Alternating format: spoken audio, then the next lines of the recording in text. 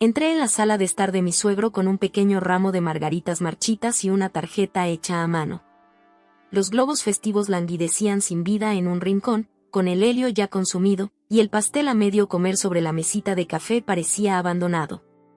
Sentía mi corazón golpear con fuerza contra mis costillas mientras inspeccionaba la casa en silencio. No había risas, ni música, ni familia.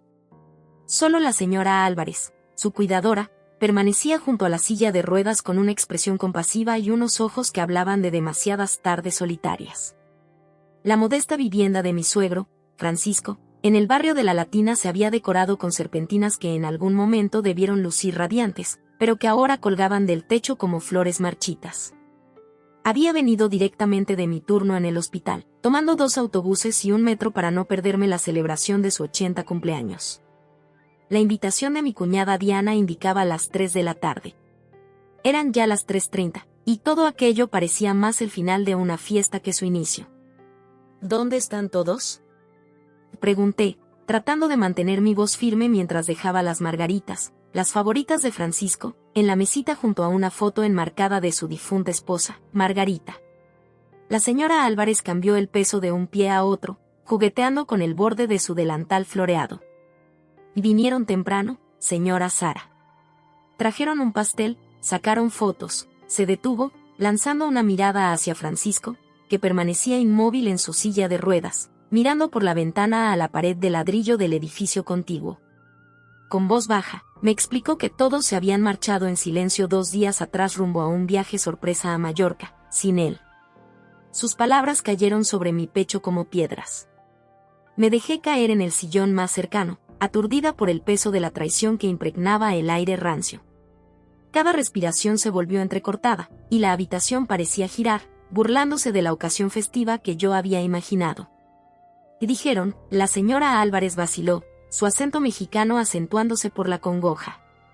Dijeron que sería muy difícil llevarlo. Que los retrasaría. No podía creer lo que oía.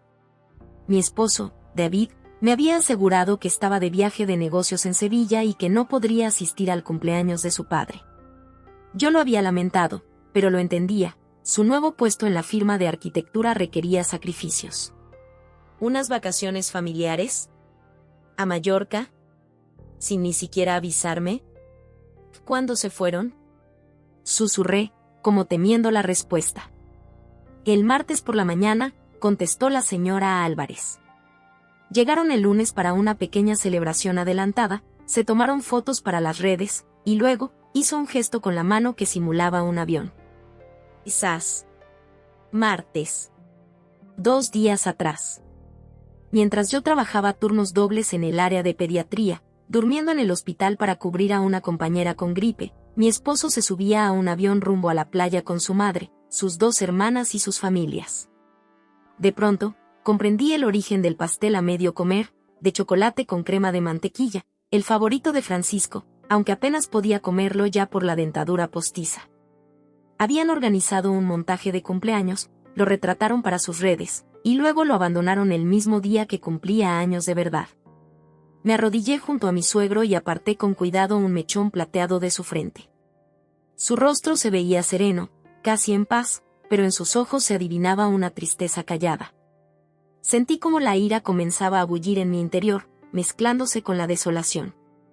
Aquel día debía celebrar su vida, y sin embargo allí estaba, abandonado por quienes decían quererlo.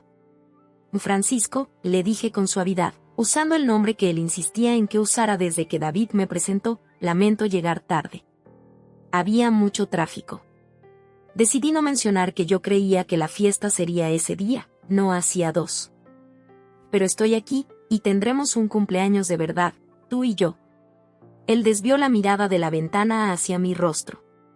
Durante un instante pareció confundido, como si se esforzara en ubicarme en sus recuerdos cada vez más frágiles. Luego apareció un destello de reconocimiento y me sonrió con gratitud, haciéndome añicos el corazón otra vez. Y Sara, dijo con voz áspera, poco acostumbrada al uso. ¿Viniste? Claro que sí. No me perdería tu cumpleaños por nada.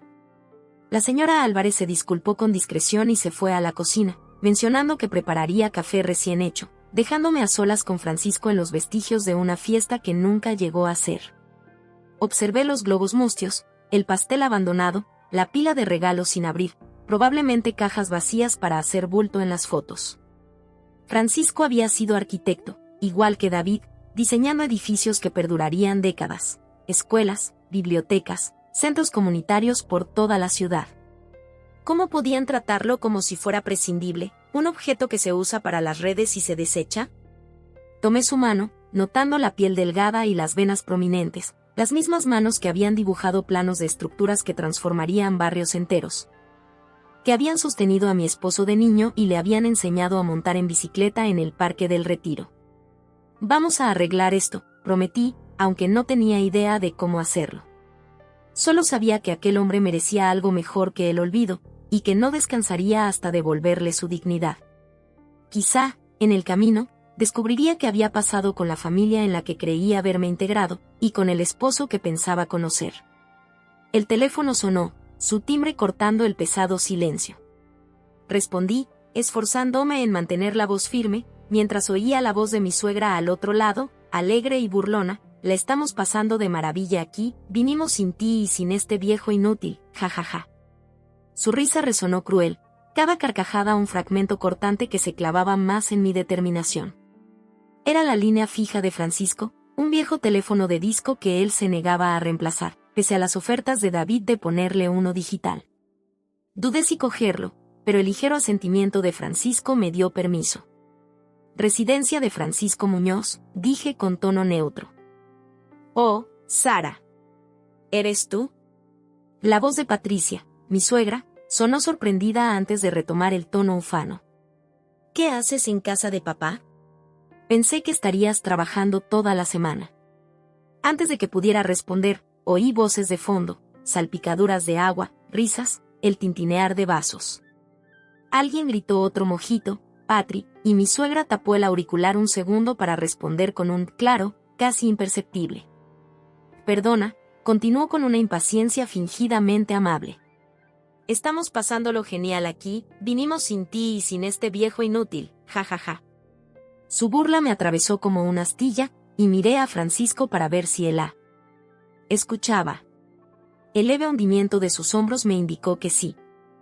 Patricia, dije con cuidado, midiendo mis palabras, hoy es el cumpleaños real de Francisco.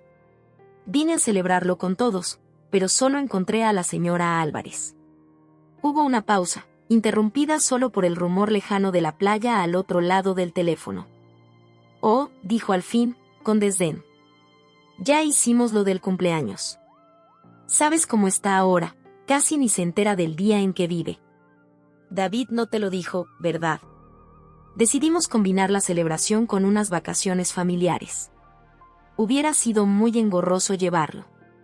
Todas esas atenciones especiales, medicinas, sus problemas. Apreté el auricular hasta que los nudillos se me pusieron blancos. Casi podía verla en alguna tumbona, con un cóctel en la mano y esa sonrisa desdeñosa en el rostro. Miré a Francisco, cuyo semblante reflejaba la desolación de escuchar a su propia familia hablar así de él. En ese instante, comprendí que su desprecio no nos definiría.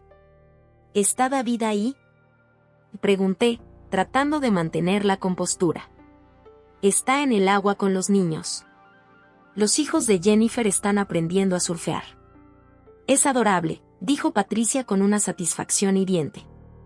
Tenemos un alquiler estupendo al pie de la playa, con chef privado y todo.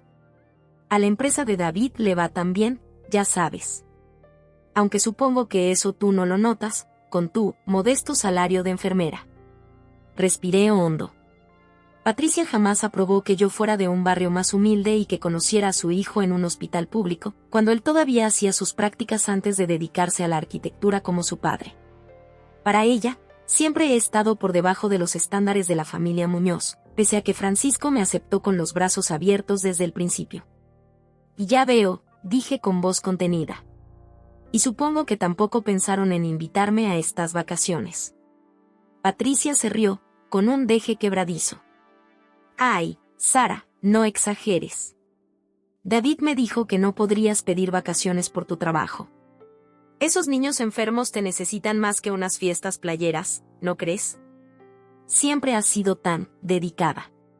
Oí a David acercándose al teléfono. Mamá, ¿con quién hablas? Y es tu esposa, respondió Patricia, sin molestarse en tapar el auricular. Está en casa de papá, haciendo un drama por su cumpleaños. Escuché un forcejeo mientras David tomaba el teléfono. Sara, ¿qué haces en casa de mi padre? Es su 80 cumpleaños, David, expliqué, con voz monótona. Diana envió una invitación al hospital, decía que la reunión era hoy a las 3. Vaya, murmuró él. Eso era solo para las fotos de Instagram, Sara. En realidad, lo celebramos el lunes antes de irnos. ¿No te lo contó mi madre? No, respondí, intentando controlar el temblor de mi voz. Nadie me contó nada. Ni de Mallorca ni de la celebración adelantada. Y mira, lo siento por la confusión. De verdad pensé que mamá te lo habría dicho. De cualquier modo, papá no hubiera podido manejar el viaje. ¿Sabes cómo se desorienta con los cambios de rutina?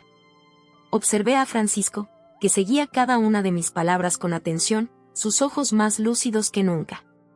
No parecía desorientado en absoluto. Estaba herido, traicionado por su propio hijo. Tu padre está más consciente de lo que crees, le dije. Y se merece algo mejor. David suspiró, como si mi reproche fuera un incordio en vez de un dolor legítimo. Sara, no hagas de esto algo grande. Le traeremos un buen recuerdo cuando volvamos la próxima semana. Solo asegúrate de que la señora Álvarez le dé sus medicinas a tiempo, ¿vale? Colgué sin decir una palabra. La rabia me hacía doler la mandíbula. La cuidadora me miró con preocupación, y yo asentí, prometiéndole en silencio que no permitiría que esto quedara así. Bajo mi enojo crecía una tristeza profunda, pero era aún más fuerte la convicción de que recuperaría la dignidad de Francisco. Quizá en ese camino también entendería cómo un hombre al que amaba se había convertido en alguien capaz de semejante crueldad. La señora Álvarez se acercó con café y unos sándwiches recién hechos. Oí la conversación, dijo simplemente. Ya no lo ven. No de verdad. Los ojos de Francisco se encontraron con los míos, y en ellos no solo descubrí dolor, sino también un brillo inesperado, un destello del hombre fuerte y honesto que David solía describir con admiración. Un arquitecto que jamás aceptó recortar costos cuando diseñaba, que prefería construir escuelas y bibliotecas a edificios de lujo, que crió a 3 hijos tras la muerte de Margarita cuando estos aún eran adolescentes. «Creen que ya me fui», dijo con voz sorprendentemente firme. «Pero sigo aquí». Le apreté la mano, sintiendo un leve temblor. «Y sí, estás aquí. Y vamos a lograr que lo comprendan». Por primera vez desde mi llegada, vi que sonreía de manera auténtica, una sonrisa que le iluminó el rostro y pareció restarle años. En aquel instante, sentí al hombre del que mi esposo se había distanciado tanto. El que dedicó su vida a erigir construcciones sólidas para su comunidad y que siempre supo que los fundamentos deben ser firmes si se quiere que algo perdure. «Bien, Sara», dijo, acomodándose en la silla de ruedas, «supongo que debemos empezar a planear». Estaba recogiendo los platos vacíos cuando lo escuché, un movimiento casi imperceptible. Me giré y vi a Francisco inclinándose hacia adelante, los músculos temblorosos mientras empujaba los reposabrazos de la silla. Nuestros ojos se cruzaron, intensos, y presencié con asombro cómo se incorporaba, sus pies sobre el suelo por primera vez en años. La noche se había alargado, transformando nuestra improvisada celebración en algo sorprendentemente significativo. La señora Álvarez se marchó hacia las 7, tras ayudarlo a ponerse su pijama y una chaqueta de punto. Yo prometí quedarme a pasar la noche, como hacía de vez en cuando David no estaba. El apartamento tenía un cuarto de invitados que había sido de Diana, con viejos pósters y estanterías llenas de novelas de misterio en desuso. Durante horas, charlamos de verdad, como me di cuenta de que él casi nunca podía hacer. Su mente estaba más lúcida de lo que su familia le reconocía. Sí, tenía ciertos lapsos, instantes en que se le escapaban nombres, pero sus recuerdos de largo plazo seguían intactos. Me habló de cómo diseñó la biblioteca pública de un barrio obrero, del centro comunitario que aún funcionaba pese a varios alcaldes y recortes presupuestarios. Rememoró cómo conoció a Margarita en un baile de 1963, cómo llevaba un vestido azul idéntico al color de sus ojos, cómo se casaron a los 6 meses. Recordó también a sus hijos, la determinación de David, que de niño construía ciudades minuciosas con piezas de construcción, la independencia feroz de Jennifer, la creatividad de Diana. Nunca mencionó rencor, solo una tristeza profunda que hacía que mi propia ira me pareciera mezquina. Tienen miedo, concluyó, mirando su taza de té como si pudiera leer su destino en las hojas. Envejecer los aterra. También enfermar. Verme así les recuerda que les puede pasar a ellos. Y no es excusa, solté con más dureza de la que pretendía. Francisco esbozó una sonrisa triste. No, no lo es. Pero entenderlo a veces ayuda. Cerca de la medianoche, insistí en que descansara, prometiendo seguir conversando por la mañana. Asintió, dejando que lo llevara en la silla de ruedas hasta su habitación al final del pasillo. El cuarto era sobrio, una cama articulada, una mesilla con sus medicamentos y una foto de boda enmarcada. Lo ayudé a pasar de la silla a la cama, acomodando almohadas a su espalda. Luego, regresé a la sala para recoger. Fue entonces cuando escuché el sonido. Francisco se movía con cuidado, esforzándose en ponerse de pie. Me quedé inmóvil, boquiabierta, mientras lo veía levantar el torso y apoyar los pies en el suelo. El tiempo pareció detenerse. Sentí un nudo en la garganta y lágrimas nublaron mi visión. Corrí a sostenerlo, llena de asombro. Se acabó la farsa, dijo, su voz ronca pero segura. Vamos a demostrarles quién soy, y obtendremos nuestro desquite. Francisco, exclamé, con mi instinto de enfermera aflorando. No deberías. Él levantó la mano para hacerme callar, decididos los rasgos de su rostro. Puedo ponerme de pie, Sara. Llevo meses practicando con la señora Álvarez. Pasos pequeños. Fortaleciendo músculos. Con los platos aún en las manos, me quedé estática, procesando lo que veía. A Francisco le habían diagnosticado debilidad muscular progresiva tras un pequeño derrame cerebral. Los médicos auguraron un deterioro inevitable, y la silla de ruedas se convirtió más en un hecho asumido que en una opción. Pero David decía, empecé a balbucear, sin saber cómo seguir. David ve lo que espera ver, replicó, dando un paso vacilante. Le temblaban las piernas, pero se mantenía erguido. Cuando murió Margarita, ellos ya creyeron que yo me había apagado también. Y el derrame lo confirmó para ellos. ¿Por qué no les contaste que estabas recuperando movilidad? Susurré, dejando los platos a un lado y acercándome para sostenerlos si caía. Francisco rió con amargura. Lo intenté al principio. Jennifer dijo que estaba confundido. Diana se preocupó de que me hiciera daño. David programó otra consulta médica. Al final, me rendí. Era menos agotador cumplir con sus expectativas que luchar contra ellas. Recordé las veces que oía a David y sus hermanas hablando de la declinación de su padre, seguros de que necesitaría internarse en un asilo.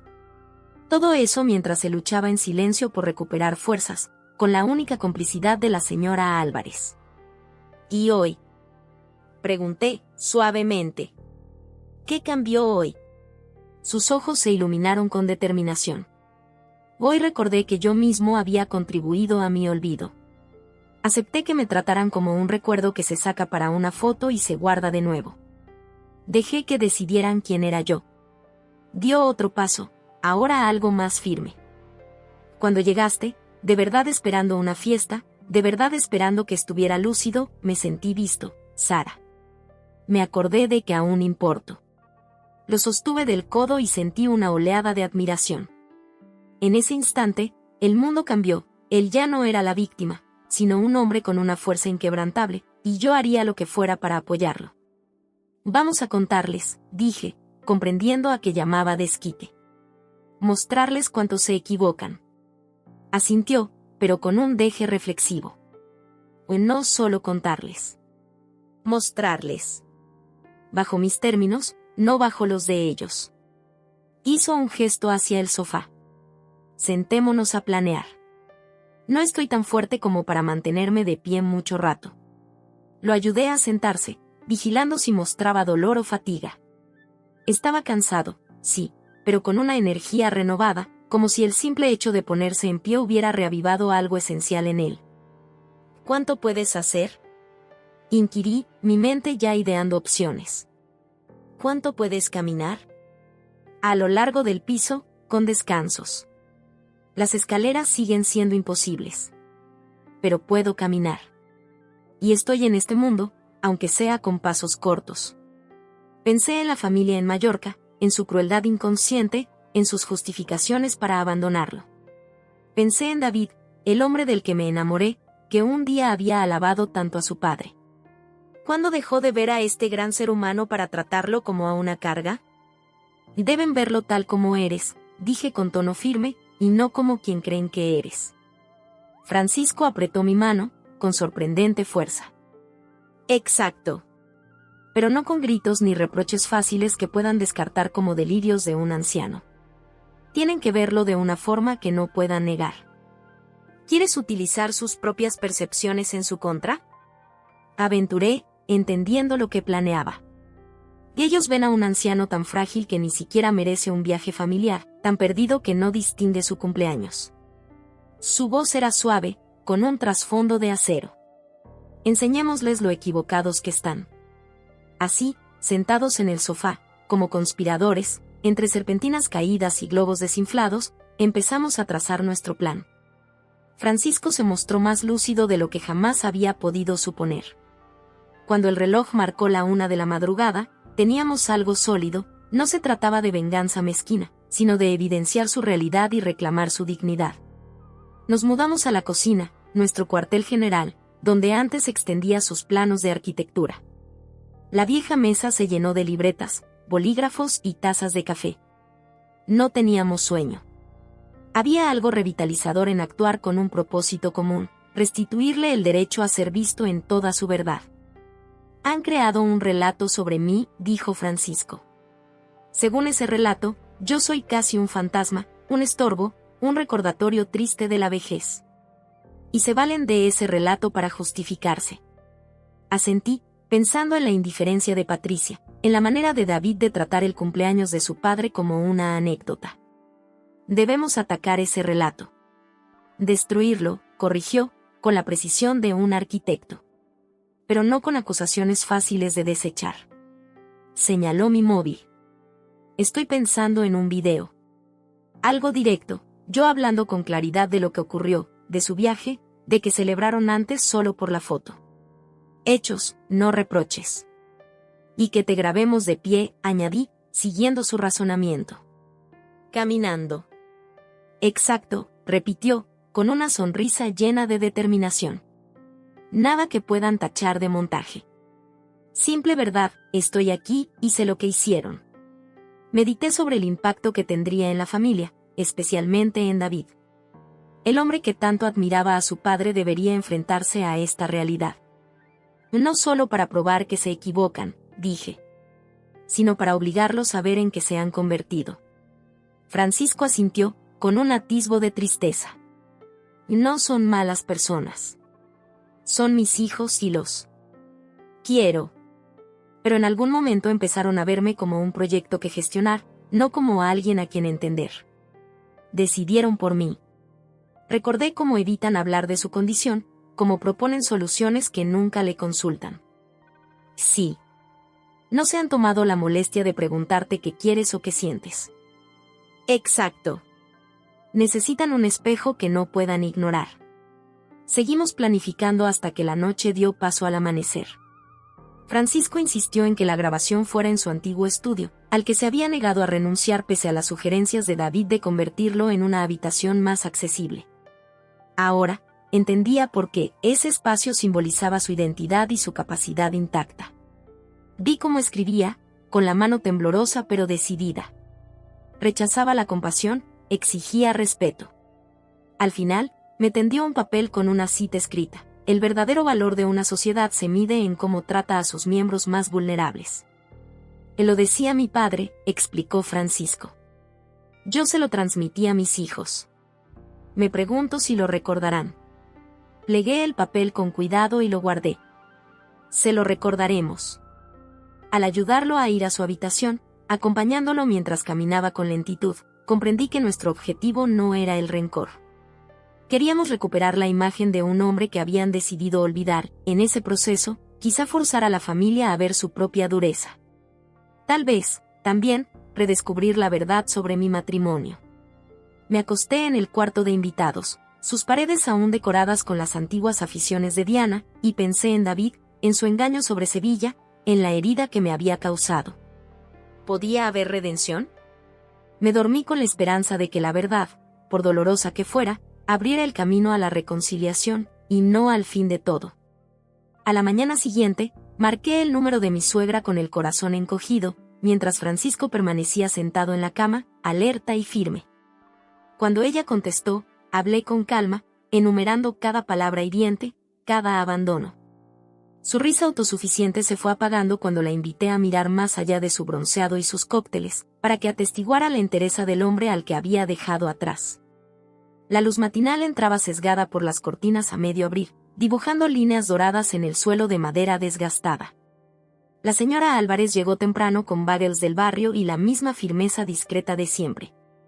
Luego nos ayudó a vestir a Francisco con uno de sus viejos trajes grises de raya fina, el que usaba cuando acudía a presentar proyectos ante urbanistas y clientes influyentes. «Se ve usted muy elegante, señor Muñoz», comentó ella, alisándole la corbata con esmero. «Como el día en que empecé a trabajar aquí». Francisco le sonrió, surcándosele las arrugas en las comisuras. «Y gracias, Elena. Por todo». Observé esa complicidad con un nudo en la garganta. Aquel vínculo entre cuidador y paciente había resultado más genuino que el de su propia familia. Ella no lo veía como un viejito frágil, sino como una persona entera. Esa mañana grabamos nuestro video. Apoyé mi móvil en una pila de libros y capturamos cada momento. Francisco levantándose de su silla, caminando con pasos prudentes pero firmes, exponiendo con voz clara cómo lo dejaron solo el día de su cumpleaños. Como se habían ido a Mallorca sin él. Habló sentado ante su mesa de dibujo, explicando un boceto para un pequeño pabellón de jardín comunitario que pretendía donar a un centro de mayores cercano.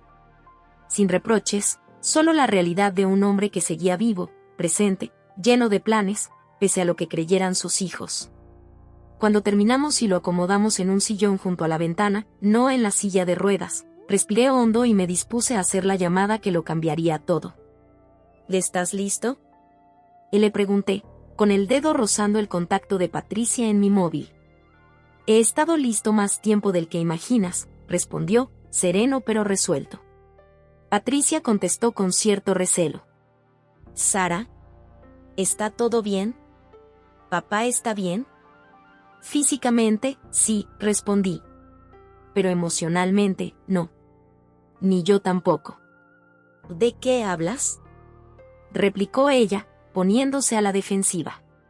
Si es por ese malentendido de la fiesta, no fue un malentendido, la interrumpí. Fue una exclusión premeditada. Montaron un cumpleaños de mentirijillas y luego se marcharon a disfrutar de la playa. Y ni siquiera pensaron en invitarme. Un momento, y no, Patricia. El otro día, me llamaste a esta casa y le dijiste a tu padre, y te cito, este viejo inútil. Hiciste broma sobre dejarlo atrás. El silencio que siguió lo dijo todo. Finalmente musitó, era humor negro. ¿Sabes lo estresante que es cuidar de papá? ¿Y cuidar?, repliqué con frialdad. No lo cuidan, lo esquivan. Lo tratan como si ya no existiera. Pero Francisco sigue aquí, con ideas, sentimientos y dignidad. Sara, no me gusta tu tono, se ofendió. Tú no eres realmente de la familia.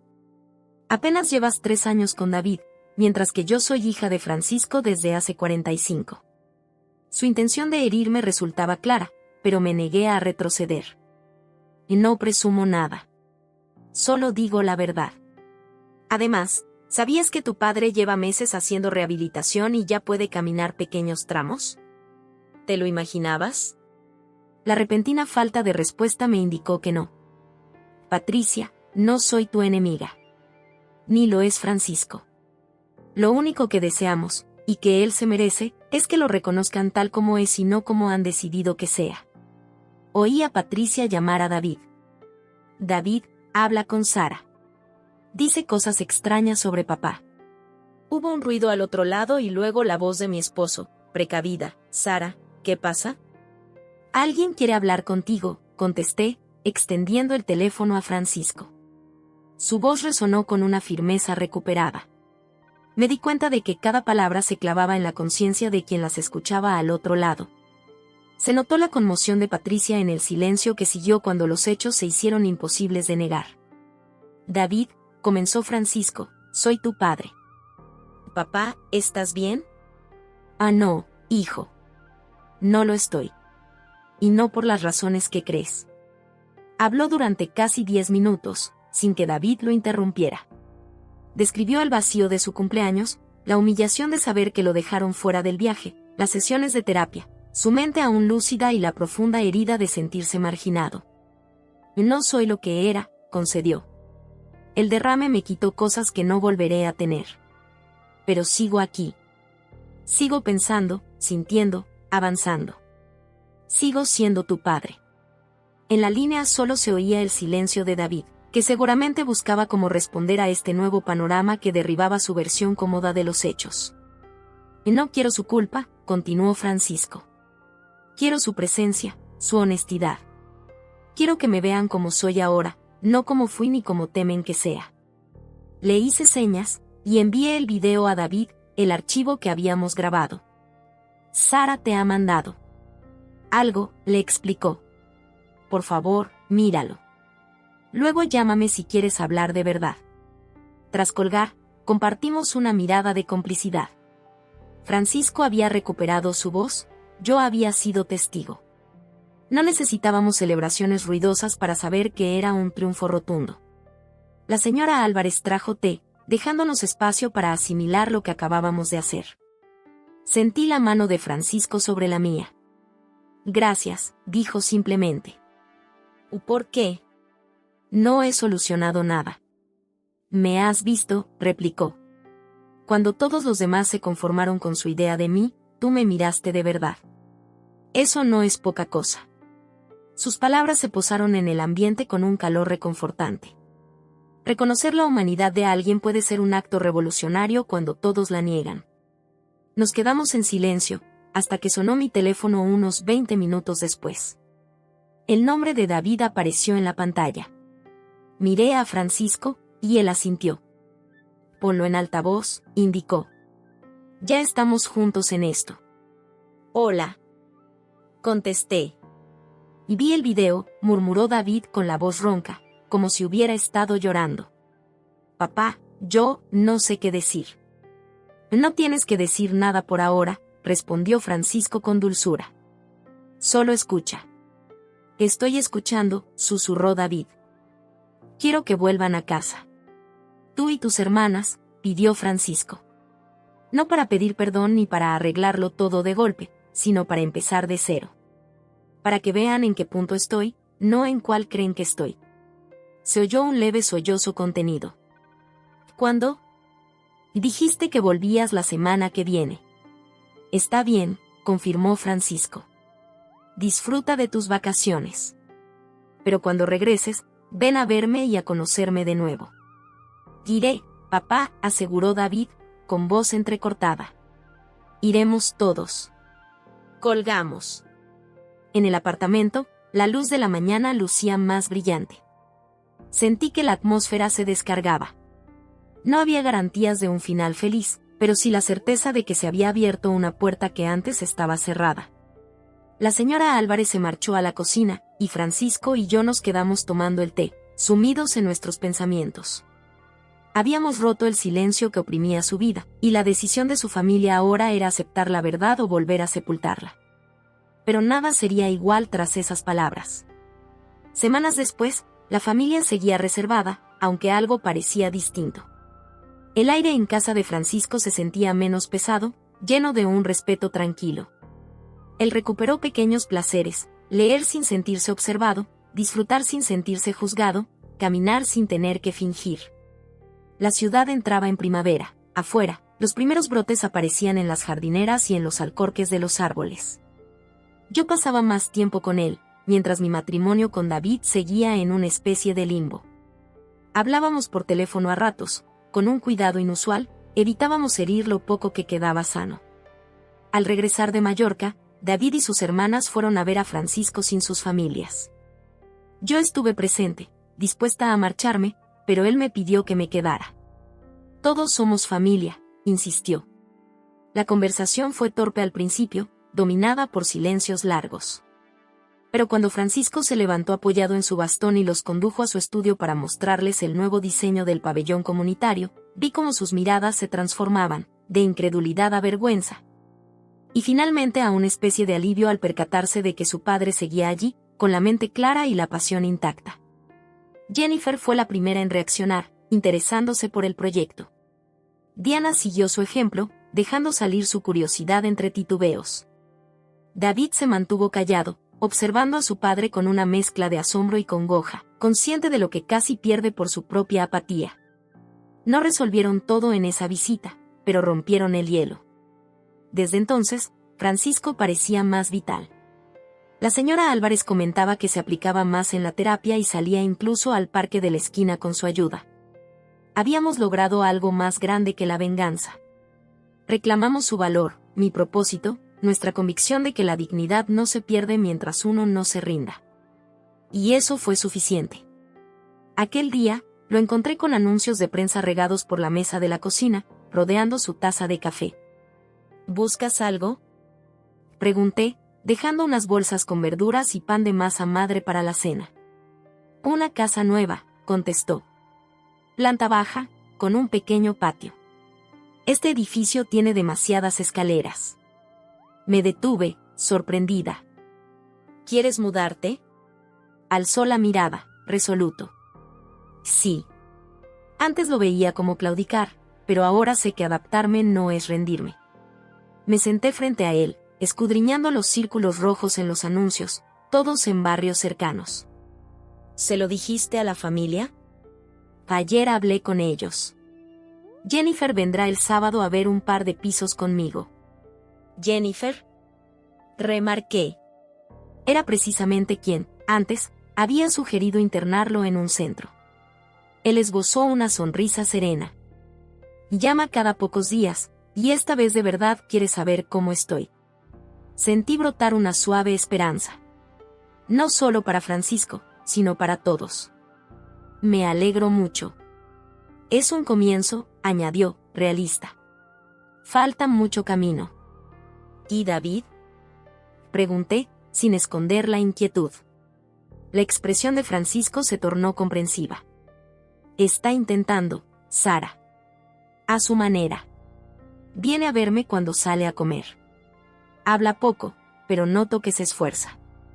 La herida que había entre David y yo seguía doliendo. Ser engañada con lo del viaje, ser testigo de su crueldad, había quebrado nuestra confianza. Y aún así, no podía negar un cambio.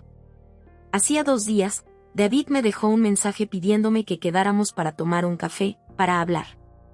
Decidas lo que decidas con David, dijo Francisco, como si intuyera mi conflicto, siempre serás familia para mí. Fuiste la única que me vio cuando todos se negaban. Aquel reconocimiento me confortó. Dentro del caos de nuestros lazos familiares, al menos este vínculo se mantenía firme.